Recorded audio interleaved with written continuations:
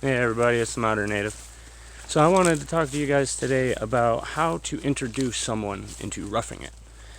Um, Everybody has their own comfort levels, their own styles of camping and adventuring out in the woods, but when two people want to, a couple, two buddies, whatever, and they have difference in their levels of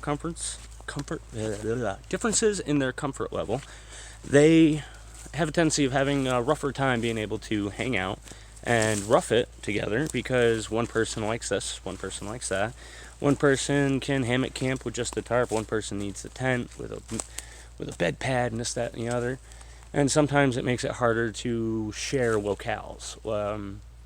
Like I can go camping in, well, technically, if I want to go on a quick overnight, just kind of hang out, whatever, I can go with almost nothing, and I'll just camp out underneath a tree and get some cover, some natural ways, and just be fine. But then you have people who can't do that.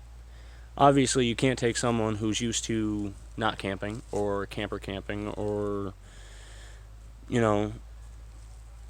glamping. You can't take someone like that and immediately be like, okay, let's go and do a survival overnight and go into the woods and just see if we can do it with just a knife.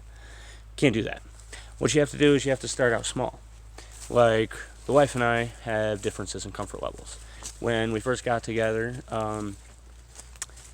she needed more padding. She couldn't really sleep. She couldn't sleep on the ground, so she needed more padding underneath her. She preferred an air mattress or her cot, and she needed to stay inside of a tent at the very minimum, or inside the bug net in the hammock, which that became a problem. So she ended up just staying in the tent behind the screens and everything else. You can keep the bugs away and everything else. Put a barrier in front with a citronella candle and everything. And that's perfectly fine. To a lot of people, that's roughing it. So there's differences in comfort levels, but what I did was I started testing out, like, oh, well, I forgot this. We can't do this. Oh, well, this area, we can't really do it like that. Well, maybe you could try doing this. Try it. See if you can handle it. And just a little bit at a time, you can step someone who needs more comfort into a lower comfort level to where they are comfortable. It's a lot of repetitive words there, or base words. So it's like there's ways to step it down so that way the person that you're with can be comfortable at the same level as you. It just takes a little bit to get to that point. Because now the wife and I are underneath the tarp shelter. She's in her cot, but there's no inflatable pad or anything else.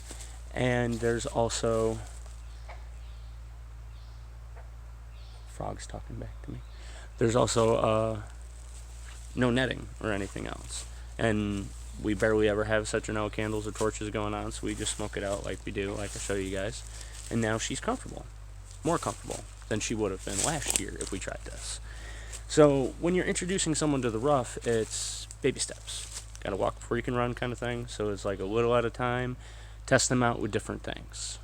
Even just trying it out in the backyard. Be like, hey, why don't we set up a lean-to tarp shelter in the backyard against the tree, and then we can have a fire open right there.